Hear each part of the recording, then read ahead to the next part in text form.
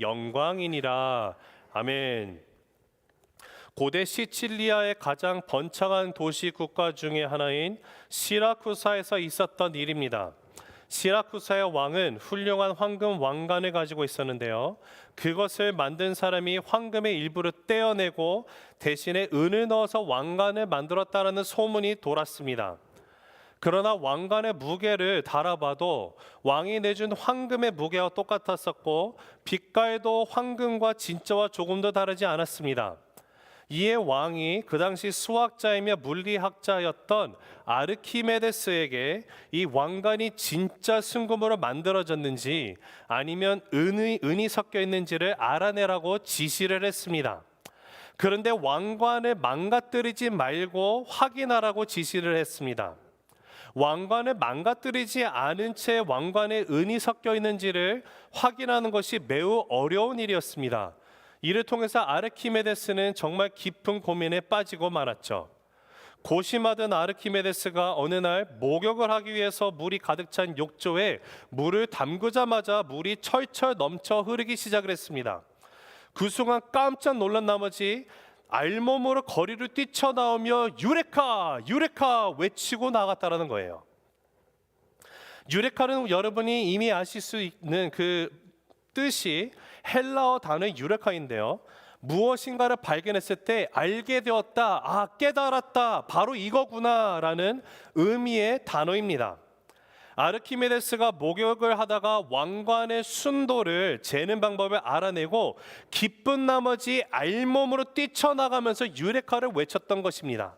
그가 발견한 것이 무엇일까요? 바로 부력의 원리를 발견한 것입니다. 어떤 물체가 물과 같은 유체 속에 들어갔을 때 물체의 부피만큼 유체가 넘쳐 흐른다라는 원리를 깨닫게 되므로 이 원리를 통해서 왕관이 순금이 아니라 은이 섞여서 만들어졌다는 것을 판별하게 되었습니다. 오늘 말씀을 보면 사도 바울도 마치 아르키메데스가 외쳤던 유레카를 외치고 있는 것 같습니다. 그 누구도 알지 못했었던 비밀을 알게 되고 그 이야기, 내가 깨닫게 된 이 유레카의 그 역사를 내가 알리지 않고서는 견딜 수 없어 외치고 있는 사도 바울의 유레카를 오늘 우리가 말씀을 통해서 보게 됩니다. 자, 그러하다면 오늘 말씀을 통해서 사도 바울이 깨닫게 된 그 유레카, 사도 바울이 깨닫고 그 비밀을 정말로 내가 이것을 알리지 않고서는 내가 주체할 수 없다 라고 전하고자 했던 것이 무엇인지를 우리가 함께 살펴보도록 하겠는데요, 오늘 그 내용을 살펴보기 전에 에베소서 3장의 전체적인 문장 구조를 잠시 살펴볼 필요가 있습니다. 에베소서 3장은요, 사도 바울이 에베소 교인들을 향해서 드리는 기도, 즉 중보기도의 내용이 나와 있습니다.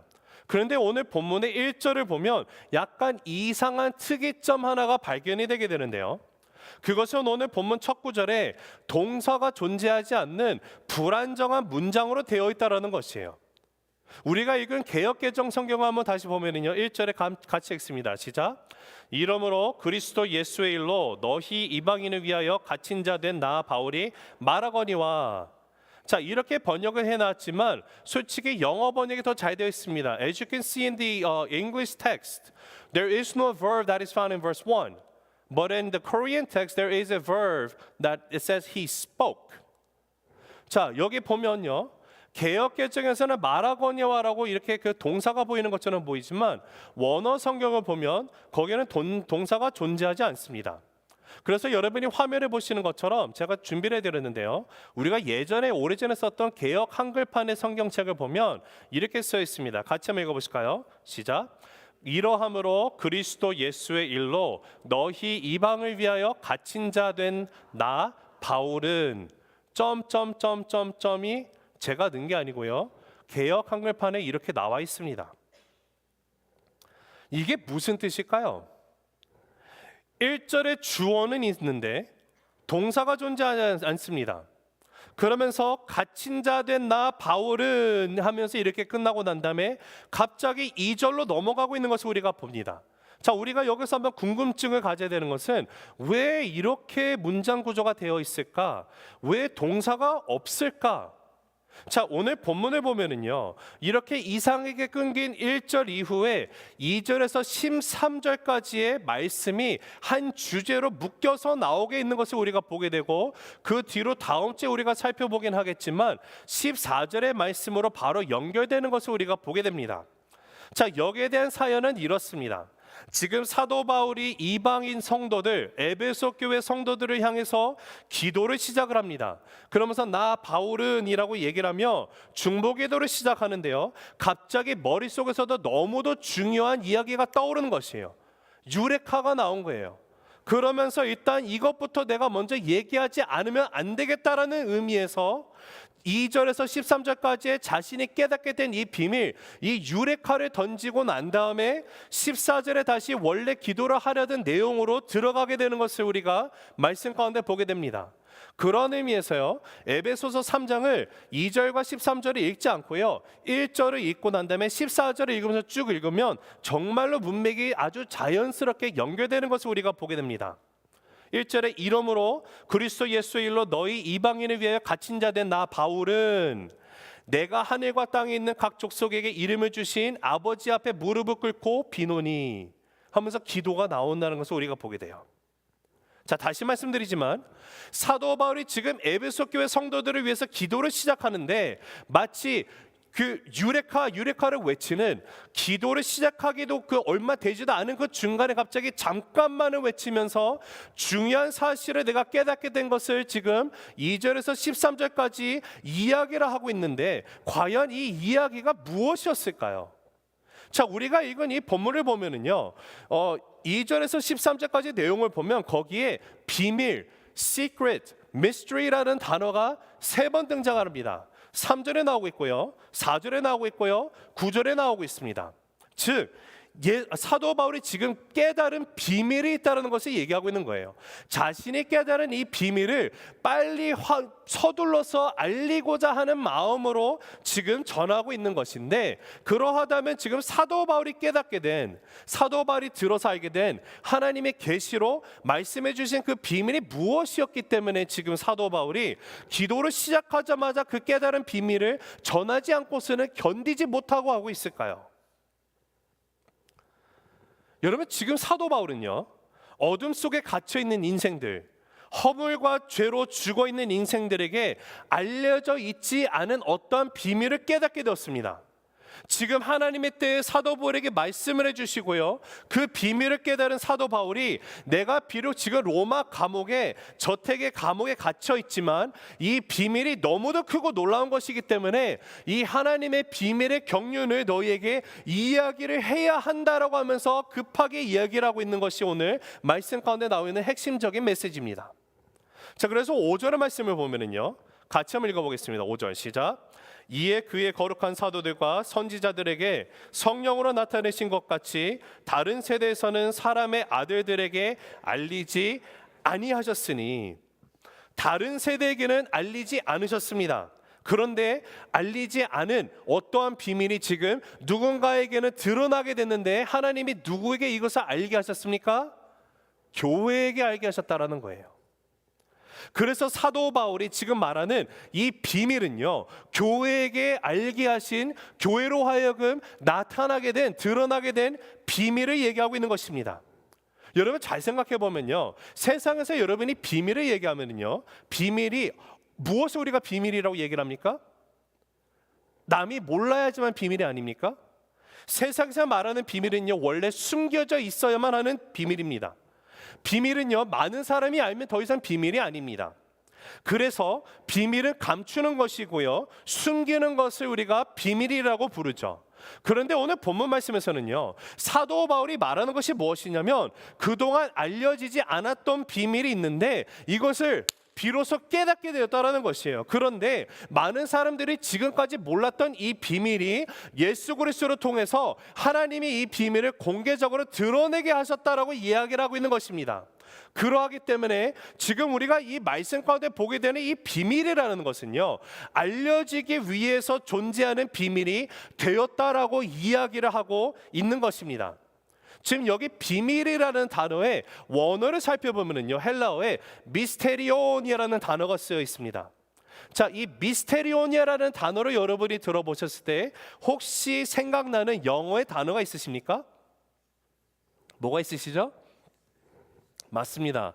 역시 우리 새생명교회 성도님들은 역시나 따봉이십니다. 왕짱 따봉. mystery. 영어 단어는 mystery라는 단어가 헬라어 미스테리온에서 파생한 단어예요. 자, 그러면 우리가 한번 mystery라는 단어의 뜻을 한번 생각해 볼게요. 영어로 mystery를 얘기하면은요, 불가사의한 일, 이해할 수 없는 일들을 말할 때 쓰이는 단어가 mystery입니다. 그런데 이 미스테리온은요, 이 단어가 오늘날 비밀로 번역이 되어 있지만 원래 그 당시에 사용되었던 이 미스테리온이라는 단어는요, 지금까지 알려지지 않은, 공표되지 않았었지만 어느 때에 그 뜻을 찾고자 원하는 사람들에게 공개되어지기 위해서 존재하는 소식을 미스테리온이라고 말합니다. 다른 말로 다시 말하면은요, 비밀은 비밀이지만 드러나게 되기를 기다리고 있는 비밀이라는 것이에요. 숨기기 위해서 존재하는 비밀이 아니라 이것이 공개되어지기 위해서 존재하는 비밀이라는 것입니다. 자, 그리고 사도 바울은 지금 그 비밀이 예수 그리스도를 통해서 우리들에게, 교회들에게 공개가 되었다라고 말을 하고 있습니다. 자, 그러면 지금 사도 바울이 말하고 있는 우리에게 공개되어진 이 미스테리오는 무엇일까요? 바로 예수 그리스도의 비밀입니다. 그래서 그리스도의 비밀이라고 4절에서 바울이 말하는 거죠. 하나님께서요, 예수 그리스도가 인간의 모습으로 이 땅에 오셔서 우리의 죄를 다 감당하시고 십자가에 죽기까지 우리를 사랑해 주셨고, 그 십자가에 죽으시고 부활하신 것을 우리가 받아들이면 이제 주님이 우리에게 예비하신 그 구원에 우리가 참여하게 되는 복, 하나님의 아들 딸이 된 복, 이 복음을 하나님이 우리에게 허락해 주신 그 미스테리온이다라고 얘기를 하고 있는 것입니다. 그리고 지금 이 비밀이 가슴 속에서 차고 넘쳐서 전하지 않고서는 견딜 수 없는 사도 바울을 우리가 보게 되는 거예요. 그래서 사도 바울이 뭐라고 얘기하는 겁니까? 교회여, 이 비밀을 알고 있는 너희가 이미 이 비밀을 너희만 간직하고 있는 것이 아니라 이제는 세상으로 하여금 알게 하여야 한다라는 것이 오늘 말씀의 핵심된 메시지입니다. 한번 같이 읽어보실까요? 시작. 하나님이 우리에게 주신 그리스도의 비밀은 교회를 통하여 세상에 나타나게 되기를 원하십니다. 다시 한번 읽으실까요? 시작. 하나님이 우리에게 주신 그리스도의 비밀은 교회를 통하여 세상에 나타나게 되기를 원하십니다. 자, 오늘 말씀의 7절 한번 보겠습니다. 7절을 보면 이 복음을 위하여 그의 능력이 역사하시는 대로 내게 주신 하나님의 은혜의 선물을 따라 내가 일꾼이 되었노라. 지금 사도 바울이 자신이 일꾼이 되었다라고 얘기를 하는데 무슨 일꾼이 된 것일까요? 바로 이 미스테리온을 전하는 일꾼이 되었다라는 것입니다. 그 공개되어진 비밀을 온 세상으로 이제 가지고 가서 전하는 일꾼이 바로 자신이라는 것이에요. 그래서 10절에 가서는 또 뭐라고 얘기하냐면요, 이는 이제 교회로 말미암아 하늘에 있는 통치자들과 권세자들에게 하나님의 각종 지혜를 알게 하려 하심이니, 이 진리가 드러나게 된 이 비밀, 그 진리가 세상 가운데 나타나게 한다라고 기록을 하고 있습니다. 하나님이 이것을 드러나게 하시는 것이 하나님의 뜻이라는 거예요. 하나님이 원하시는 것은 이 미스테리온이 세상에 드러나고 전해지는 것을 원하시는 것입니다. 이 마지막 때에 하나님께서 이 세상에 공개하신 이 비밀을 갖고 있는 공동체는요, 이 땅 가운데 교회 말고는 없습니다. 교회에게 주시는 그 비밀이에요. 그 교회를 통해서 이제는 하나님의 그 미스테리온이 세상에 나타나게 되기를 원하신다라는 것입니다.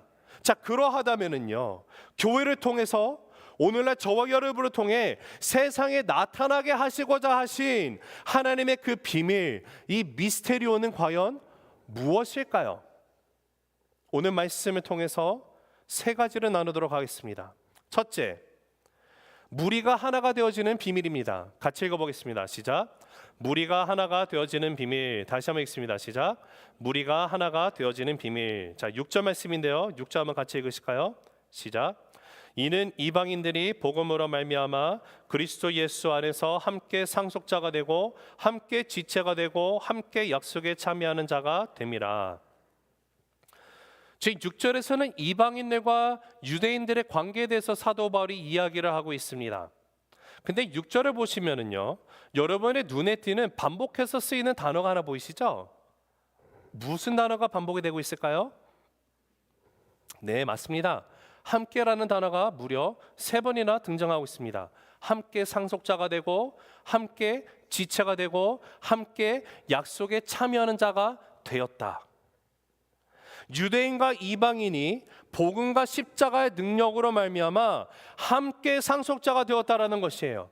이제는 함께 그리스도 안에 지체가 되었습니다. 이제는 함께 하나님의 약속을 참여하는 자가 되었다라고 얘기를 하면서 사도 바울이 지금 말하는 본인에게 알게 하신 하나님이 주신 이 비밀이 바로 여기 있다라는 것이에요. 아니 사실은요, 이 비밀이요, 오늘날 저와 여러분에게 우리가 갖게 된 비밀이라는 사실입니다. 우리가 어떤 존재였습니까? 우리가 에베소서 2장의 말씀을 통해서 우리가 봤던 것이 무엇이었어요? 우리는 죄인이었습니다. 다 죄인입니다. 우리의 죄값을 치러야지만 우리가 구원을 받을 수 있는데, 우리의 죄의 짝은요 사막입니다. 우리의 죄의 대가는 사망밖에 없는 거예요. 멸망밖에 할 수 없는 존재였습니다. 우리는요 허물과 죄로 인해서 죽어 있는 자들이었습니다. 그런데 복음으로 인해서 지금 놀라운 일이 벌어졌어요. 어떤 일이 벌어졌습니까? 지금 이 벌어진 일이 바로 비밀이라는 것이에요. 복음으로 인해서 함께 주 안에 아들, 딸이 됨으로 하나님의 자녀가 됨으로 이제는 함께 상속자가 되었어요. 함께 지체가 되었어요. 함께 하나님의 약속을 받게 된 자가 되었다라는 것입니다. 우리가 지난주에도 잠깐 살펴봤지만 이방인들과 유대인들은요 서로 함께 할 수가 없는 자들입니다. 끼리끼리 살 수밖에 없는 자들이었어요. 유대인들은 이방인들을 개 취급했죠. 아니, 개보다 못한 존재로 취급하며 살았습니다. 그래서 유대인들의 삶 가운데는 어떠한 사명 하나가 있었는데, 그 사명이 뭔가 하면은요 담을 쌓고 살아가는 삶이었어요. 어떤 담일까요? 평생을 철저하게 유대인과 이방인을 구분하고 분리시키는 담을 쌓고 살아갔습니다. 유대인들과 이방인들의 관계는요 우리가 생각하는 것처럼 단순한 모습이 아니라 완전히 갈라져 있는, 함께 될 수가 없는 존재들입니다. 그런 유대인들이, 여러분 하나님께서 이방인들을 놔두신 이유가 뭐라고 그들이 믿었다고 지난 시간에 함께 나눴었죠? 바로 지옥의 땔감으로 쓰기 위해서 남겨두셨다, 이렇게 여겼어요. 아니, 사람으로도 취급하지 않는 그 관계 속에 있었던 이들이 지금 말씀에 뭐라고 말하고 있습니까? 함께 되었다라고 해요. 함께 상속자가 되고 함께 지체가 되고 함께 약속을 참여하는 자가 되었다. 여러분 이거 정말 놀라운 일이지 않습니까? 이야기를 듣고도 놀라지 않는 여러분이 더 놀랍시긴 합니다만 물론 우리가 이 말씀을요 오늘 현대인이 이 말씀을 읽으면 그렇게 이게 뭐가 큰 일이라고 이렇게 느껴지고 이렇게 감동이 없을 수는 있어요. 저도 솔직히 이게 정말 얼마나 큰 감동인지는 제가 유대인이 아니고 이방인이 아니기 때문에, 그 당시 이방인이 아니기 때문에 피부로 와닿지는 않습니다. 그러나 1세기 성도들이요 이 말씀을 처음 들었을 때, 만약에 저와 여러분이 1세기 유대인들이고 예수님을 영접한 자들인데 지금 교회 안에 이방인들이 함께 예수 그리스도의 이름으로 함께 들어오기 시작을 했습니다. 그러한 이렇게 섞여가는 이곳에서 사도 바울이 말하고 있는 이 말을 들으면요, 이것은요 천지개벽이 일어나야 되만 가능한 일이에요. 실현 가능성이라고는 1%도 보이지 않는 불가능한 일이라고 생각이 되는 일입니다. 그런 유대인들과 이방인들이 지금 함께 상속자가 되었다는 것, 함께 형제자매가 되어 하나님의 약속 이제 함께 받았어요? 말이 안 되는 거예요. 근데 지금 이것이 사도 바울이 말하는 그리스도의 비밀이라는 것입니다. 교회 안에서 무리가 하나 되어지는 비밀이 하나님 안에서 차고 넘쳐야만 하는 줄로 믿습니다. 우리 새생명교회는요 하나님의 그 예수 그리스도가 우리의 머리가 되시고 우리는 주님의 몸이 되는 이 교회로서 우리가 존재할 때요 우리의 차이점을 놓고 이야기하는 것이 아니라 함께 하나가 되는 그 모습으로 가득 찬 교회가 되기를 간절히 바랍니다. 여러분 세상은요 끼리끼리 놉니다. 대학교를 가도요, 우리 자녀들이 미국에서 태어나서 미국의 2세로서 고등학교 때까지는 살아갈 때 문제가 없어요. 그런데 대학교 가서 두드러지게 나타나는 특징이 뭔지 아십니까? 끼리끼리 모여요. 우리 아이들이, 자녀들이 나도 미국 사람이지라고 생각을 했지만 대학교 가서는 막상 백인들과 그 백인들의 그 커뮤니티 그룹에 끼지 못합니다. 흑인 그룹에 당연히 못 끼겠죠.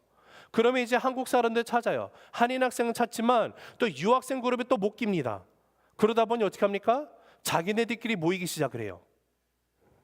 세상은요, 이렇듯 집단으로 살아가요. 끼리끼리 모여요. 우리가 살아가는 삶의 모습도 그렇지 않습니까? 누구는 미국에 오래 살았습니다. 누구는 미국에 온 지 얼마 안 됐습니다. 어떤 사람들은요, 우리 성도들 가운데 여기 아틀란타 지역에 한 30년 사신 분도 있습니다. 그러나 여기 지금 저처럼요, 아틀란타 온 지 세 달밖에 안 된 사람도 있어요. 어떤 분들은 유복한 가정에서 성장했습니다. 그러나 어떤 분들은 예수님을 만나기 전까지 정말로 아프고 힘들고 지침 가운데 있었습니다. 누구는 물질적으로 어려움이 없습니다. 누구는 물질적인 어려움 때문에 주님 앞에 눈물로 날마다 기도하며 나갑니다.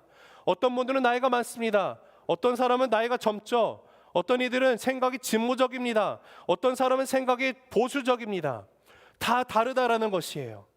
그러다 보니 세상에서는요, 다른 사람들끼리 모여서 나랑 비슷한 사람끼리 끼리끼리 살아갑니다. 그러나 그리스도의 비밀을 갖고 있는 교회는요, 교회로 말미암아 세상에 볼 수 없었던 일들, 무리로 나눠져 있던 인생들이 이제는 예수 그리스도의 그 큰 비밀을 통해서 하나가 되고 연합이 되는 그 모습으로 차고 넘치게 되었다라는 사실을 지금 우리에게 알게 하는 거예요. 이 시작이 바로 그리스도의 큰 비밀의 이야기라는 것입니다. 오늘 이 그리스도의 이 비밀이 저와 여러분의 심장에 꽂히게 되기를 간절히 주님의 이름으로 축복합니다. 오늘 말씀 가운데 또 나타나는 하나님이 우리에게 알게 하신 그 비밀이 뭘까요? 두 번째, 그리스도의 풍성함이 세상에 드러나게 된 비밀이에요. 같이 읽습니다. 시작. 그리스도의 풍성함이 세상에 드러나게 된 비밀. 다시 읽으실까요? 시작. 그리스도의 풍성함이 세상에 드러나게 된 비밀. 자, 8, 9절인데요. 같이 읽어보겠습니다. 시작. 모든 성도 중에 지극히 작은 자보다 더 작은 나에게 이 은혜를 주신 것은 측량할 수 없는 그리스도의 풍성함을 이방인에게 전하게 하시고 영원부터 만물을 창조하신 하나님 속에 감추어졌던 비밀의 경륜이 어떠한 것을 드러내게 하려 하심이라. 보통 사람들이 이야기할 때요, 이거 비밀인데 아무한테도 얘기하지 마라고 하면 여러분 그 비밀이 어떻게 될까요? 다 알게 됩니다.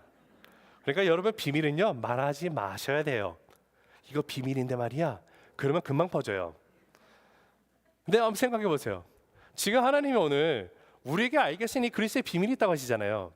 하나님 만약에 이 방법을 택하셨으면요, 아마 땅끝까지 벌써 이 비밀 다 퍼졌을 겁니다. 근데 하나님 그렇게 안 하셨어요. 지금 이 비밀을 누구에게 알게 하셨습니까?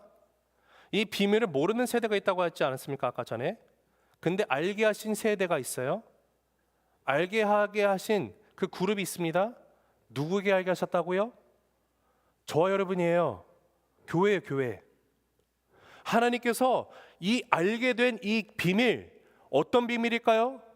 그리스도의 풍성함이에요. 이 그리스도의 풍성하게 된 것은 이 비밀을 우리만 갖고서 이거 비밀이니까 내가 꽁꽁 숨겨놔야지가 아니라, 여러분 아까 이 미스테리온이라는 것이 어떤 비밀이었습니까? 숨겨져 있는 비밀이에요? 아니면 알려지기를 기다리고 있는 비밀이라고 했습니까? 알려지기를 기다리고 있는 비밀이에요.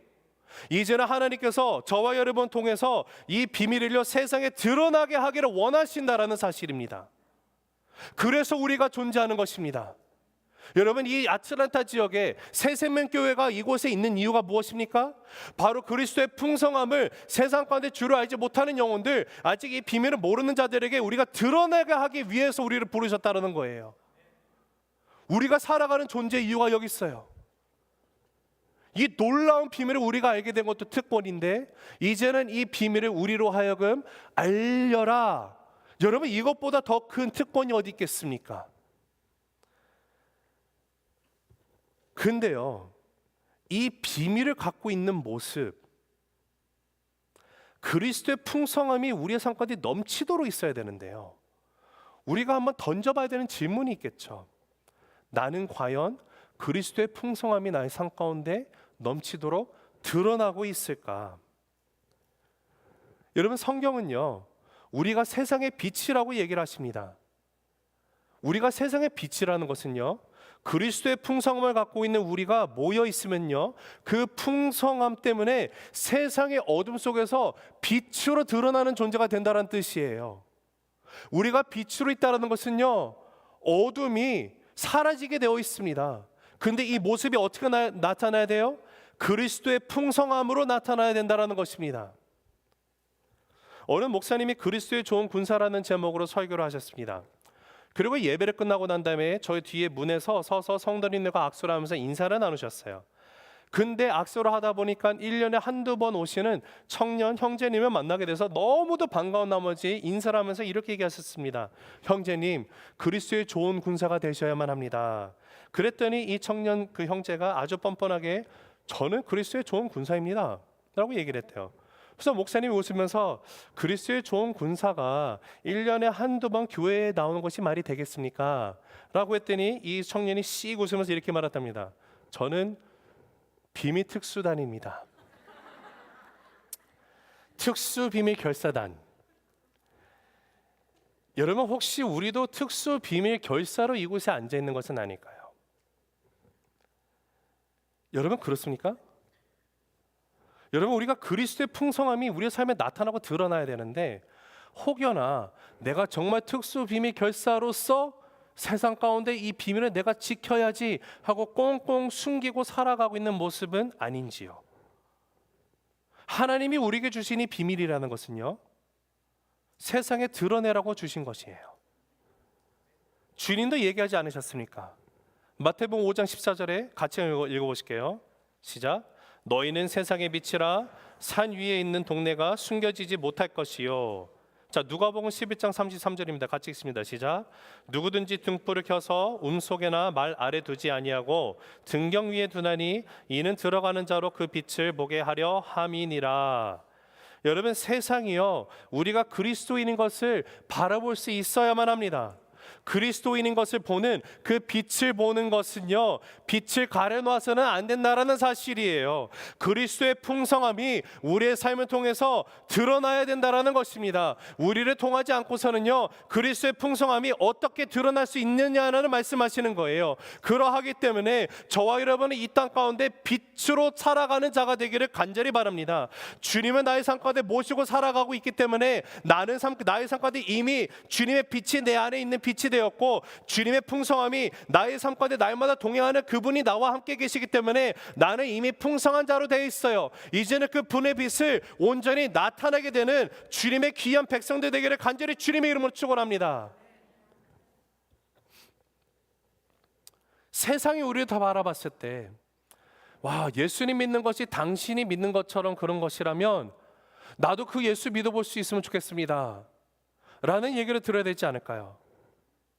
우리가 직장에서 예수 믿는 것이 당신의 그런 삶의 모습이라면 우리 직장에 있는 모든 직원들이 당신이 알고 있는 이 예수 믿었으면 좋겠습니다.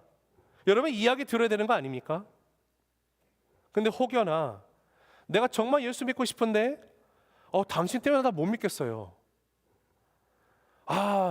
이 새새벽에 오고 싶은데 저 사람 없으면 가겠는데 못 가겠네요.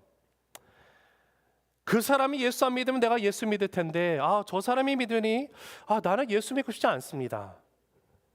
여러분, 혹시 그런 이야기가 더 들리는 세상이 되어버리지 않았을까요? 여러분, 우리 회개해야 될 줄로 믿습니다.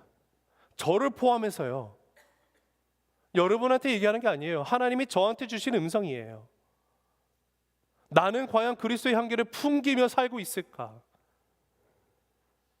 여러분, 하나님의 미스테리온을 깨달은 우리라고 한다면요, 우리 안에 그 비밀의 풍성함, 그리스도의 풍성함이 우리의 삶을 통해 차고 넘치는 우리 교회 안에 차고 넘치게 되어야 될 줄로 믿습니다. 그 교회로 말미암아 세상이 그리스도의 풍성함을 볼 수 있게 될 때 비로소 하나님의 나라가 이 땅에 실현되는 예수 공동체가 될 줄로 믿습니다. 어느 권사님께서 원치 않은 질병으로 병원에 1년 이상 입원하게 되셨어요. 평상시에 너무도 전도를 많이 하셨던 분이셨는데 병원에 입원해 계시다 보니까 더 이상 복음을 전할 길이 막힌 것처럼 느껴졌습니다. 너무 슬픈 나머지 기도하면서 눈물을 흘리면서 기도하고 계시는데 하나님께서 갑자기 지혜를 주셨어요. 그래서 어느 대학생들을 알바생으로 써야겠다라는 그 아이디어를 주셔서 대학생을 이제 고용을 하게 됐습니다. 근데 지금 이 알바생이 와서 하는 아르바이트라고 하면 그 권사님의 수발을 들어주는 것이 아니라 매일 병원에 와서 하루에 3-4시간을 성경을 읽어주는 것을 시켰다고 해요. 시간당 얼마를 이렇게 주면서 이 대학생에게 할머니 앞에서 이 권사님 앞에서 성경을 읽게 하는데 성경을 쭉 읽다가 좋은 구절이 나오면 이 권사님께서 이 학생에게 5번을 읽게 했습니다. 예를 들어서요, 사도행전 16장 31절처럼 이르되 주 예수를 믿어라 그리하면 너와 내 집이 구원을 얻으리라 받으리라, 이 말씀은요 5번씩 읽게 했다라는 것이에요. 근데 이 일을 통해서요 1년 만에 무려 10명의 학생들이 대학생들이 예수님을 믿게 되었다라는 것입니다. 여러분, 이 그리스도의 풍성함이라는 것은요 내가 무엇을 가졌기 때문에 내가 보이고 이루는 것이 아니에요. 그리스도의 풍성이라는 것은요 내 속에 거하는 십자가의 비밀을 깨달은 우리의 삶에서 자연스럽게 넘쳐 흘려 나오는 그 모습을 말하는 것입니다. 당연한 모습을 말하는 것이에요. 하나님의 미스테리온을 갖고 있는 교회의 참된 모습은요 하나님의 비밀이 모든 사람이 알 수 있도록 이제는 드러내는 것, 만들어내는 것이 교회라는 사실입니다. 우리 삶 가운데 하나님이 알게 하시는 비밀, 세 번째는 뭘까요? 바로 환난이 영광이라는 비밀입니다. 같이 읽어보실게요. 시작. 환난이 영광이라는 비밀. 한 번 더 읽습니다. 시작. 환난이 영광이라는 비밀. 자, 13절인데요 13절 읽어보실게요. 시작. 그러므로 너희에게 구하노니 너희를 위한 나의 여러 환난에 대하여 낙심하지 말라. 이는 너희의 영광이니라. 여러분, 환난은요 환난이죠. 고통은 고통이고요 어려움은 어려움입니다. 그런데 사도 바울이 지금 에베소 교회 성도들을 향해서 뭐라고 이야기를 하는가 보니까 너희가 이것을, 지금 여기서 말하는 이것들이 뭐죠? 사도 바울이 겪고 있는 고통과 환난을 얘기하고 있어요. 그런데 이것으로 인해서 너희가 낙심하고 힘들어하지 말아라. 오히려 이것이 영광이다라고 말하는, 아니 이런 역설적인 말을 하는 것이 말이 됩니까? 이게 도대체 무슨 뜻일까요? 사도 바울이 고난을 받는데 이것이 이방인 성도들인 당신 에베소 성도들이 당신들에게는 영광이라고 말을 합니다. 왜 그럴까요? 우리가 너무도 잘 아는 것처럼 사도 바울은요 처음부터 이방인들을 향한 사도로 부름을 받았었습니다. 그리고 하나님의 복음을 전파하는 데 있어서 자신의 전부를 다 내어 던진 사람이었어요. 그런데 복음을 전하면 전할수록 사도 바울의 인생은요 더욱더 많은 환난과 고통 가운데 빠지게 되었습니다. 그가 그런 고난을 감수하며 복음을 전파함으로 인해서 이제는 이방인들도 복음을 듣고 예수님을 영접하게 되어요. 하나님의 자녀가 되었습니다. 그리고 이제는 그들도 예수 그리스도의 제자로서 복음을 전하는 영광스러운 일에 동참하는 동역자가 되었습니다. 그러하기 때문에 그 영광스러운 하나님의 나라의 시민이 되었기 때문에 이것이 너희들의 영광이지 않느냐라는 말이에요. 여러분, 그리스도의 미스테리온을 갖고 있는 교회는요 이처럼 생각이 달라집니다. 바라보는 시선이 달라지게 되어 있어요. 세상이 말하는 상식으로 교회의 상식이 되는 것이 아니에요. 교회의 상식은요 이제는 십자가로 완전히 변하게 되어 있습니다. 이제는 예수님 말씀하신 것처럼 너의 십자가를 짊어지고 나를 따르라, 이 삶을 살아가게 돼요. 십자가를 짊어지는 것, 좁은 길을 가는 것, 여러분 이거 고통입니다. 고난입니다. 거기에는 어떤 즐거움도 없을 수도 있어요. 그러나 그럼에도 불구하고 이 길을 갈 수 있는 이유가 어디 있습니까? 그리스도의 비밀이 내 안에 주어졌기 때문에 그래요. 고린도후서 5장 17절 이렇게 얘기합니다. 같이 읽습니다. 시작. 그런즉 누구든지 그리스도 안에 있으면 새로운 피조물이라. 이전 것은 지나갔으니 보라 새 것이 되었도다. 할렐루야. 새롭게 되었대요. 이전 것은 지나갔습니다. 세상을 바라보고 세상의 것을 추구하고 살아가던 나의 그런 삶의 모습, 그 모든 이전 것들은 지나갔으니 이제는 어떻게 됐어요? 보라, 새 것이 되었도다. 어떻게 새롭게 되었을까요? 바로 우리의 생각과 우리의 가치관, 우리의 세계관이 완전히 새롭게 뒤집어졌다라는 거예요. 세상이 환난이다, 고통이다, 어려움이다라고 이야기를 하면서 야 이건 아니야 하지마 라고 여기는 것들을요, 이제는요 우리가 기꺼이 그것을 감수하면서 나가면서 이제는 이것이 영광이라고 이야기하는 그 수고가 차고 넘치게 되는 것이 바로 그리스도의 그 비밀, 하나님이 우리에게 알게 하신 이 미스테리온이 차고 넘치는 교회의 모습이라는 것입니다. 사무엘상 17장에 가면은요, 세상에 봤을 때 정말로 얼토당토 않은 방식으로 살아간 자가 한 명 나와요. 사무엘상 17장에 어떤 이야기가 나옵니까? 바로 골리앗과 다윗의 이야기가 나옵니다.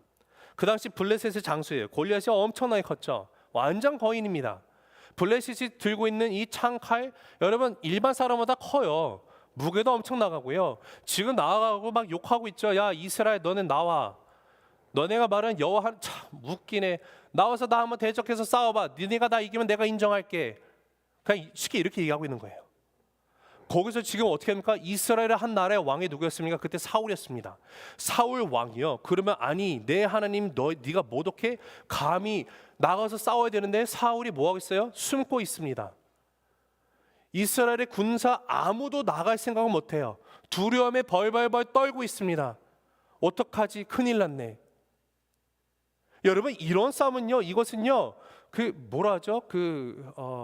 계란으로 바위치기 이런 거예요. 여러분 계란으로 바위치면 계란이 깨질까요? 바위가 깨질까요? 바위가 깨지는 게 세상의 이치죠. 상식이지 않습니까? 지금 그런 격이에요.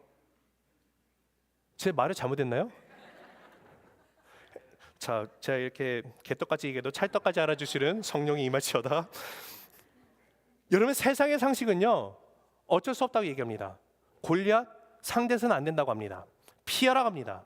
싸워봤자 불보듯 뻔한 결과라고 얘기합니다. 이것이 세상이 말하는 상식이에요. 여러분 그러나 교회는 그렇지 않습니다.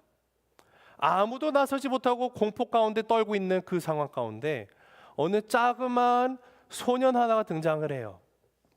소년이 누굽니까? 다윗이었어요. 갑자기 와서 아버지 심부름을 형들한테 먹을 것 주러 왔다가 이 블레셋의 이 골리앗이 하나님의 이름을 욕되게 하니까 열받아가지고 이 소년이 뭐라 합니까? 내가 나가서 싸우겠다고 하잖아요. 그러면서 뭐라고 고백했었습니까? 너는 칼과 창과 단창으로 나가게 나오지만 나는 네가 모욕하는 만군의 여호와 이름으로 나간다. 물맷도 챙겨가지고요. 한 방에 때려 눕히지 않습니까? 여러분 이것이 교회예요. 세상이 이야기하는 상식대로 살아가는 것이 아니에요. 세상이 말하는 상식을 가지고 같이 울고 같이 슬퍼하고 같이 두려워하고 같이 어려워하는 것이 교회의 모습이 아니라는 말입니다. 완전히 다른 가치로 살아가요. 완전히 다른 방식으로 완전히 다른 상식으로 이제는 살아가는 것이 바로 교회라는 것이에요.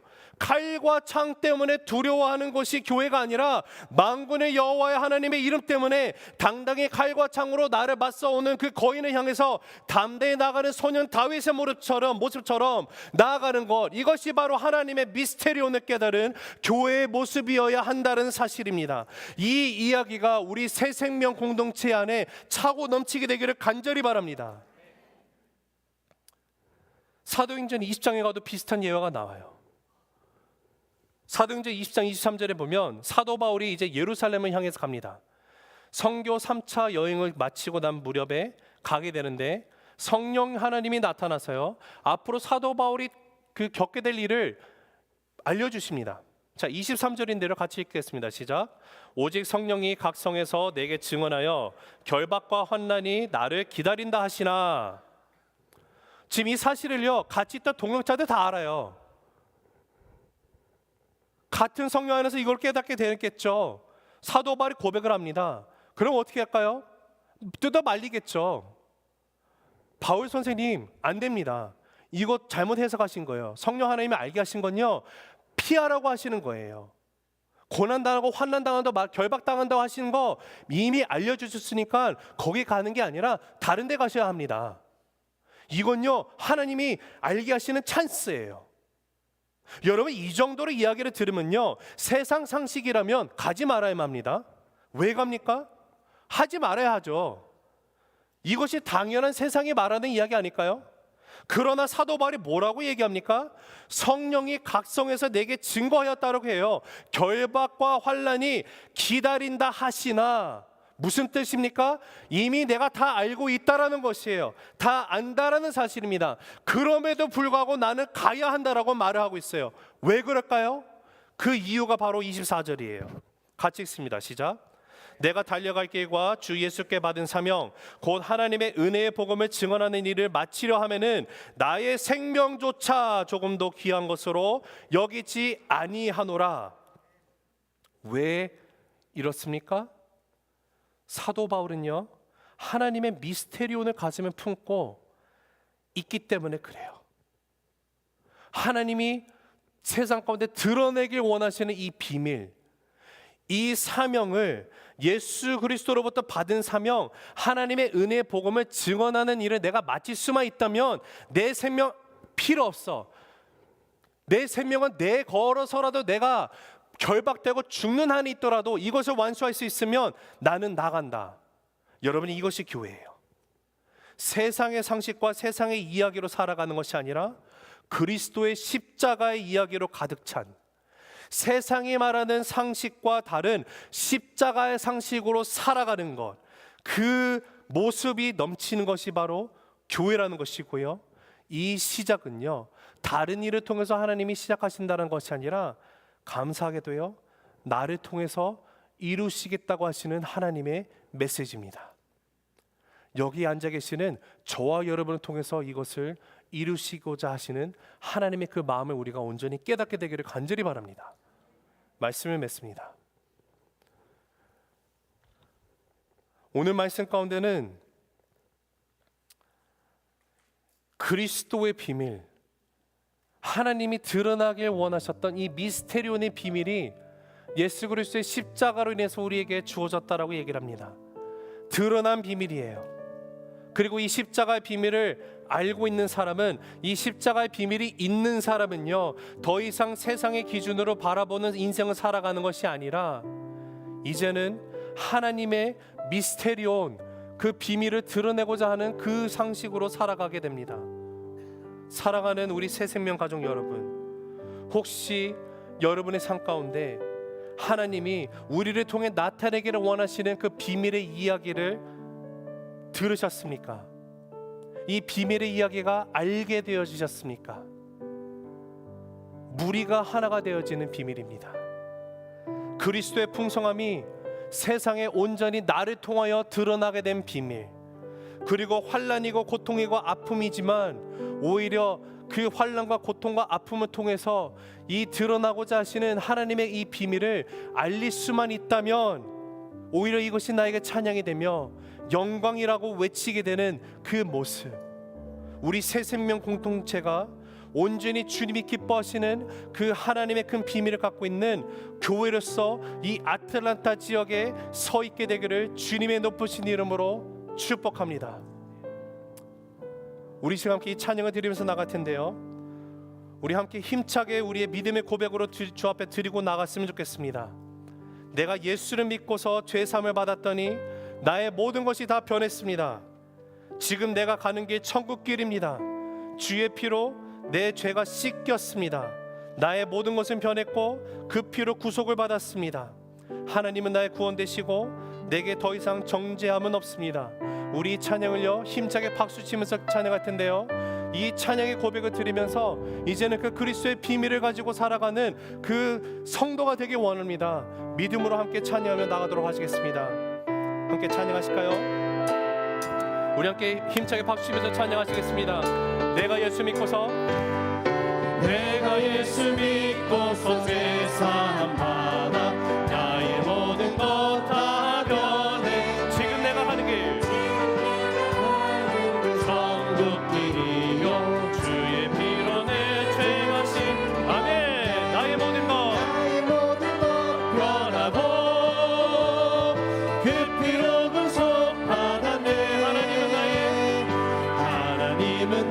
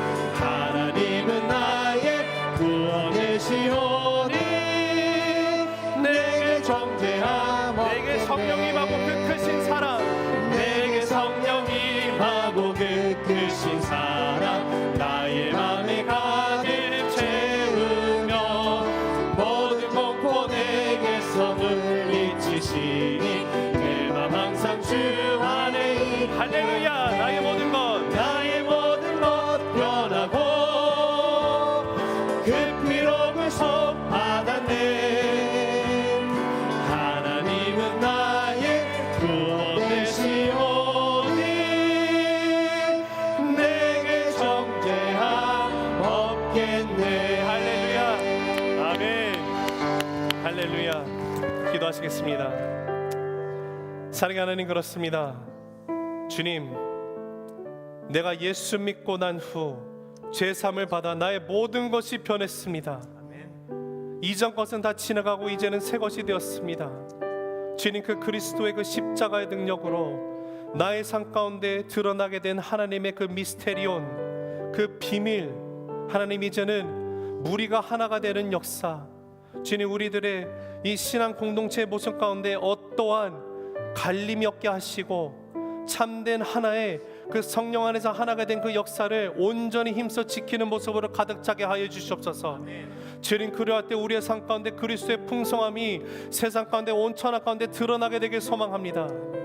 세상의 빛으로 부르신 하나님, 이 빛을 우리가 숨기고 살아가는 것이 아니라 세상 가운데 훤히 드러내게 하시고 우리의 삶의 모든 언행을 통하여서, 우리의 삶의 방식을 통하여서 그리스도의 풍성함이 온전히 드러나게 되길 소망합니다. 예수 그리스도의 주인 되심, 이 복음의 메시지가 땅끝까지 전파됨에 있어서 우리가 겪게 되는 고난과 환난, 주님, 이 모든 것을 영광으로 여기게 되길 원합니다. 너희들의 십자를 짊어지고 나를 따르라.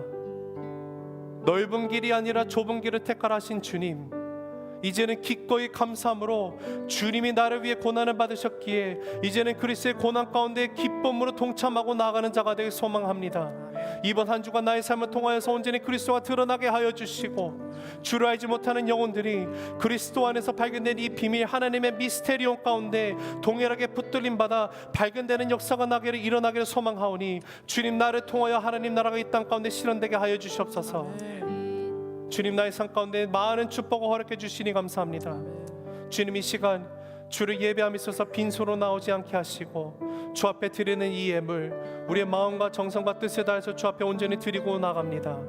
하나님, 이 예물을 통하여서 무엇보다도 하나님 나라가 확장되는 역사, 하나님 그 복음의 메시지가 땅끝까지 이르러 증거되는 그 역사를 위해서 쓰임받게 하여 주시고, 주님이 귀한 예물을 드리고 나가는 주님의 귀한 백성들, 그 가정 가운데 차고 넘치는 복을 허락하여 주시되 무엇보다도 그리스도의 풍성함이 차고 넘치게 흘러나가게 하시며, 이를 통하여 주를 알지 못하는 영혼들이 예수 그리스도를 만나게 되는 역사, 그 역사 가운데 쓰임받는 축복의 통로들이 되게 하여 주시옵소서.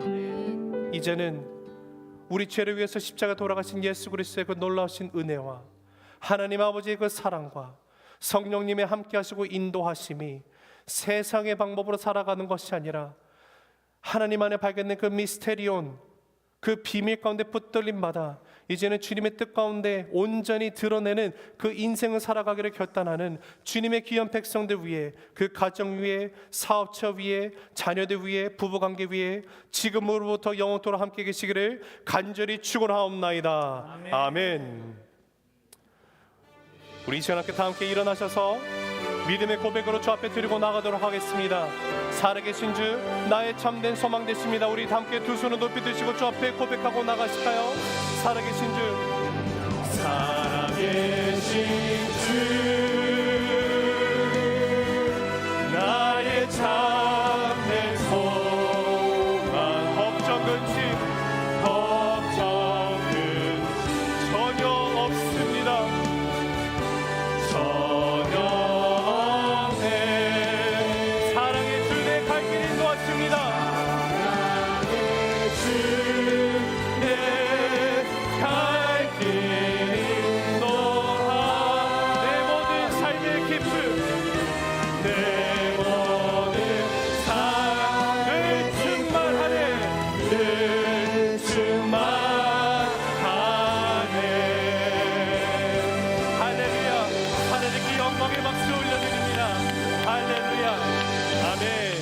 예배를 마쳤습니다.